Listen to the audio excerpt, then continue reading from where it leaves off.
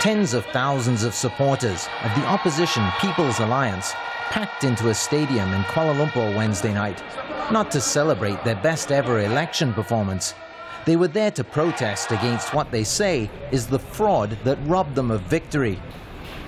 Analysts say electoral districts heavily favor the ruling coalition, with many seats for smaller populations in rural areas that are its strongholds. Opposition leader Anwar Ibrahim goes further, accusing the Election Commission of siding with the ruling coalition. Yeah, we have seen the groundswell, and they've been translated into elections only to be stolen by the ruling clique. But now I think what we need to do is to explain, and that the people take up from there. What do they want? They want to surrender to the corrupt regime, or they want to claim what is rightfully theirs. The National Front maintains the elections were free and fair.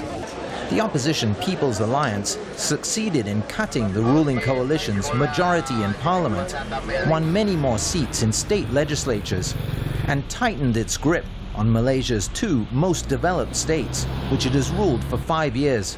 Prime Minister Najib Razak says the results were caused by a huge swing of support toward the opposition from the ethnic Chinese community that makes up about a quarter of the population.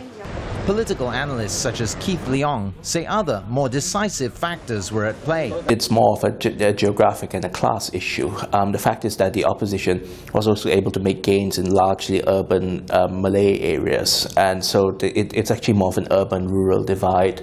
The opposition's message was able to resonate more with urban dwellers, especially with the young voters.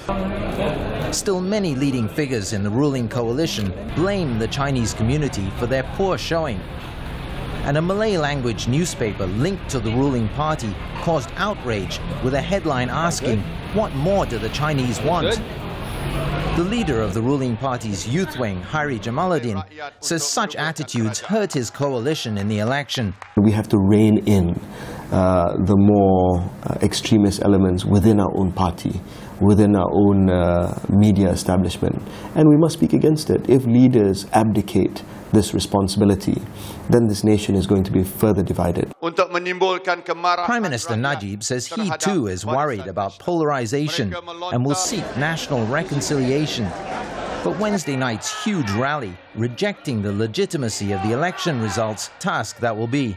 Rian Maelzer for VOA News, Kuala Lumpur.